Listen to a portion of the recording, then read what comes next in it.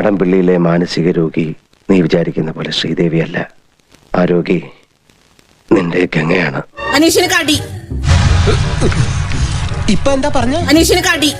നല്ല ബെസ്റ്റ് മോളാ. പക്ഷെ ഒരു കുറവുണ്ട്. എന്തായാലും പറയാ കൾച്ചർ. അത് തന്നെ ആ പറഞ്ഞത് ലേശം കുറവാ. മൈക്കണയാളോ നോക്കണ്ടത്? എന്റെ അടുത്ത് നിൽക്കണതിനെയാണ്. അങ്ങനെ മാറിക്കടോ. ഒട്ടി നിൽക്കാൻ വന്നിരിക്കുന്നു. പോലും അശ്വറോയുടെ പവറാ. എത്ര മുട്ടലെ എന്റെ അടുത്ത് നിൽക്കാൻ? അഹങ്കാരത്തിന് കയ്യും കാലും വെക്കുക, എന്നിട്ട് പെണ്ണെന്ന് പേരും. ഓഹരിത്തരം കാണിക്കരുത്, അതിലുണ്ട് കേട്ടോ.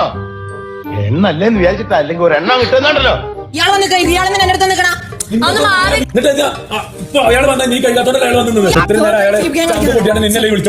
തന്നെ മൂച്ചേട്ടെ ഒന്ന് പറഞ്ഞ രണ്ടാമത്തെ തുണി പൊക്കി കാണിക്കും. ഞാൻ വിളിച്ച സമയത്ത് വരാത്തോണ്ടല്ലോ അയാൾ വന്ന് കഴിക്കുന്നത്. ഈ ഗോത്താഴത്തിലെ ആളാണ് ഇയാള്.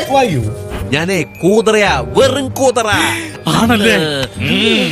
നിന്നെ ആദ്യം കണ്ടപ്പോ തന്നെ എനിക്ക് മനസ്സിലായതാ നീ വെറും കൂതറയല്ല, ലോക കൂതറയാന്ന്. എവിടെന്ന് കിട്ടിയവൻ സീ മോഡലിന്? പെണ്ണോന്ന് വിചാരിച്ചിട്ടാണ്, ഇല്ലെങ്കിൽ കാലി തൂക്കി ഞാൻ തറയിൽ അടിച്ചാണ്.